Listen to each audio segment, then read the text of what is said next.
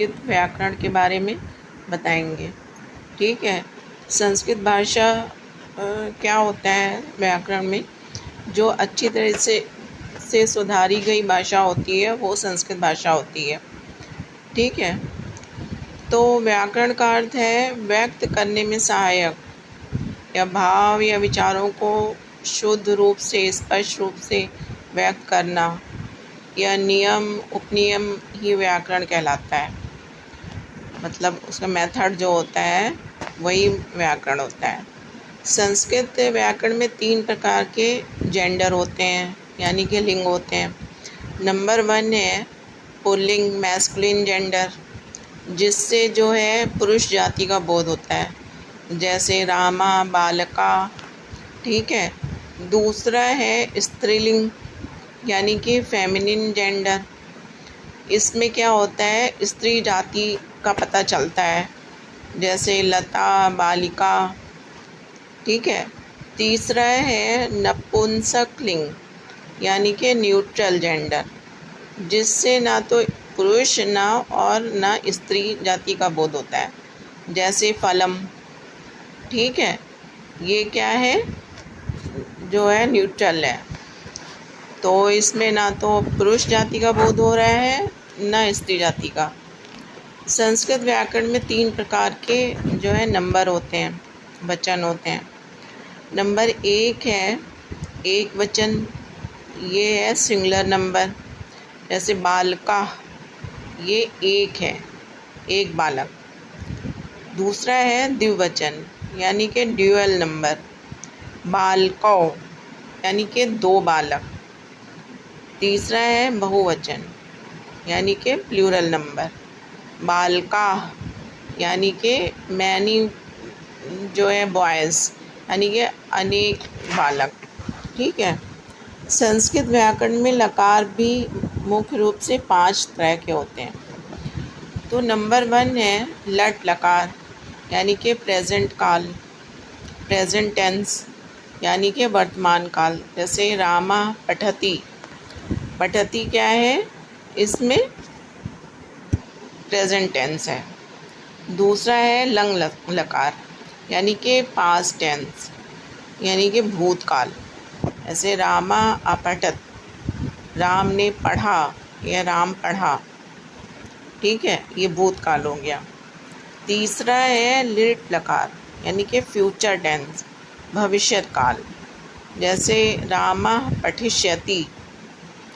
तो ये जो है रामा पढ़ेगा, पठिष्यति मीन्स पढ़ेगा, ये भविष्य काल है। चौथा है लोट लकार, यानी कि इम्परेटिव आज्ञार्थक, इसमें आज्ञा दी जाती है, जैसे रामा पठतु, राम पढ़ो। पांचवा है विधिलिंग लकार, यानी कि सब्जंक्टिव, या इच्छा रखना या प्रार्थना करना, जैसे राम पठेत, राम को पढ़ना चाहिए। इसमें चाहिए वर्ड से समझ जाइए कि ये विधिलिंग है। ठीक है। इसमें तो प्रेजेंट और ये जो पास्ट और फ्यूचर, ये जो सारे लकार हैं, इसको आपको हम धातु रूप बता देंगे। ठीक है। संस्कृत व्याकरण में 3 प्रकार के पुरुष होते हैं, पर्सन होते हैं। नंबर 1 है प्रथम पुरुष, यानी कि थर्ड पर्सन, जिसके विषय में बात हो रही है, यानी कि से मीन्स क्या होता है, ही, वह। दूसरा है मध्यम पुरुष, सेकंड पर्सन, जिससे बात हो रही है, यानी कि तुम, त्वम, यू। तीसरा है उत्तम पुरुष, यानी कि फर्स्ट पर्सन, जो बात कर रहा है, अर्थात यानी कि मतलब अहम, अहम मीन्स मैं। ठीक है। अब ये शब्द रूप, इसमें जो सेंटेंस बनाना होता है, अनुवाद बनाना होता है, तो उसके लिए आपको शब्द रूप तो याद करना ही पड़ेगा हर हाल में। ये जो हमने बताया है बालिका का, और ये एग्ज़ाम टाइम में विभक्ति, एक वचन, द्विवचन, बहुवचन अलग अलग तरीक़ों से पूछा जाता है क्वेश्चन। जैसे प्रथम विभक्ति में बालिका के बहुवचन बताइए। इस तरीके से आपको जब याद होगा तभी आप बता सकते हैं। तो ये वाला रूप जो है ये याद कर लीजिएगा। बालिका का किसी भी जिसमें आ निकलता हो लड़की के लिए वो सारे रूप चल जाएंगे। ठीक है, बालिका हो गया, छात्रा हो गया, रमा हो गया, लता हो गया, ये सब पे यही रूप चलेगा। ऐसे बालिका, बालिके, बालिका, तो उसी तरीके से रमा, रमे, रमा। ठीक है, द्वितीय में क्या है, बालिकाम, बालिके, बालिका, तो उसमें रमाम, रमे, रमा। तीसरा है बालिक्या, बालिक्याभ्याम, बालिकी, तो है रमया, रमाभ्याम, रमाभि।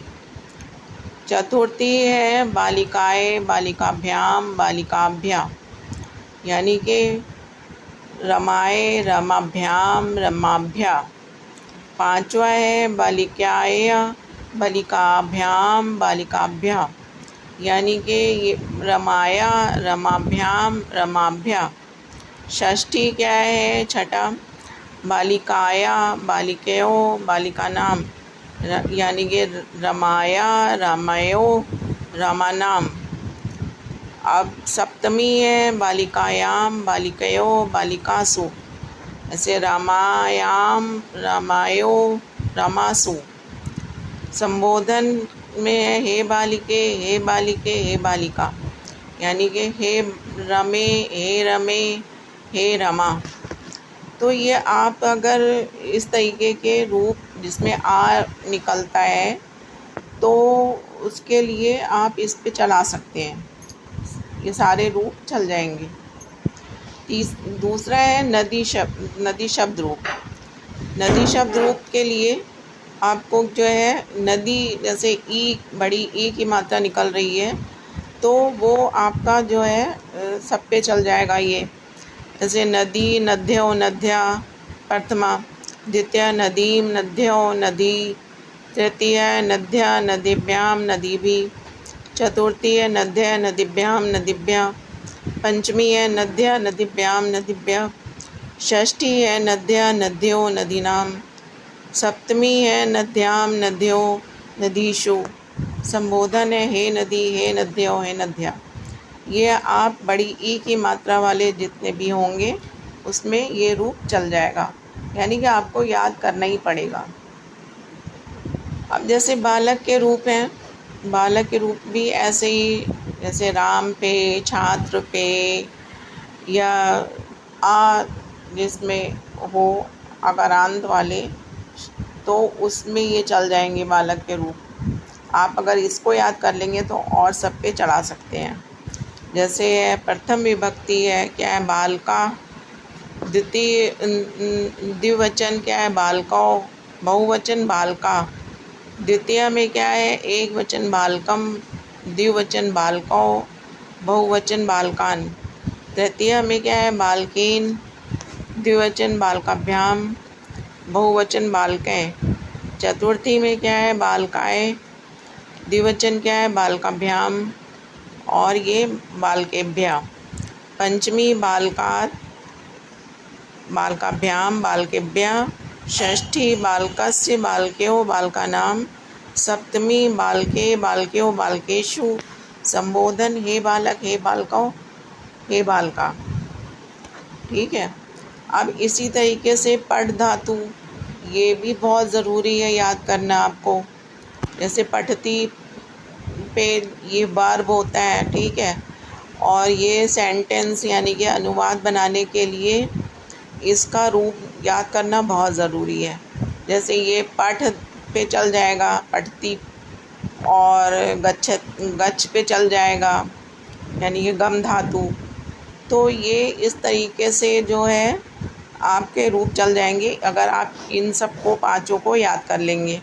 पठ धातु रूप देख लीजिए। लट लगा रहे हैं। प्रथम पुरुष क्या है? पठती, पठता, पठन्ति। ठीक है। मध्यम पुरुष में क्या है? एक वचन पठसी, पठता, द्विवचन और बहुवचन पठत। उत्तम पुरुष पठामी, पठावा, पठामा। और लिट लकार में क्या है? प्रथम पुरुष भविष्यत, पठिष्यति, पठिष्यता, पठिष्यन्ति। मध्यम पुरुष पठिष्यसि, पठिष्यथा, पठिष्यत। उत्तम पुरुष पठिष्यामि, पठिष्यावः, पठिष्यामः। लंग लकार में क्या है? प्रथम पुरुष में अपठत, अपठताम, अपठन। मध्यम पुरुष अपठ, अपठतम, अपठत। उत्तम पुरुष अपठम, अपठाव, अपठाम। लोट लकार क्या है? देखिए, प्रथम पुरुष पठतु, पठताम, पठन्तु। मध्यम पुरुष पठ, पठतम, पठत। उत्तम पुरुष पठानी, पठाओ, पठाम। और विधिलिंग में क्या है? पठेत, पठेताम, पठेयु। पठे, पठेतम, पठेत। पठेयम, पठेयो, पठेम।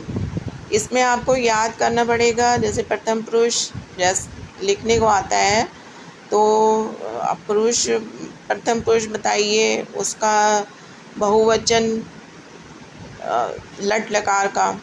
तो आप क्या करेंगे? प्रथम पुरुष लिखेंगे, उसमें बहुवचन क्या है? लट लकार। आपने देखा पठन्ति, बहुवचन क्या है? पठन्ति है। इस तरीके से क्वेश्चन आते हैं। जैसे लिट लकार का जो है, आप उत्तम पुरुष का द्विवचन बताइए, तो आप जो है उत्तम पुरुष का क्या देखेंगे? द्विवचन कहाँ है? पठिष्यावा। ठीक है, ये हो गया लिट लकार का। उसी तरीके से विधिलिंग में देख लीजिए आप। जैसे प्रथम पुरुष का आप बहुवचन बताइए, तो विधिलिंग आप लिखेंगे और प्रथम पुरुष लिखेंगे। और बहुवचन क्या हो गया? पठेयु। ठीक है। इस तरीके से आपको पठ धातु और ये जो है बालक के रूप और ये नदी के रूप और बालिका के रूप, ये तो आपको याद करना ही पड़ेगा। आगे के लिए बहुत ही आपके लिए इजी रहेगा। धीरे धीरे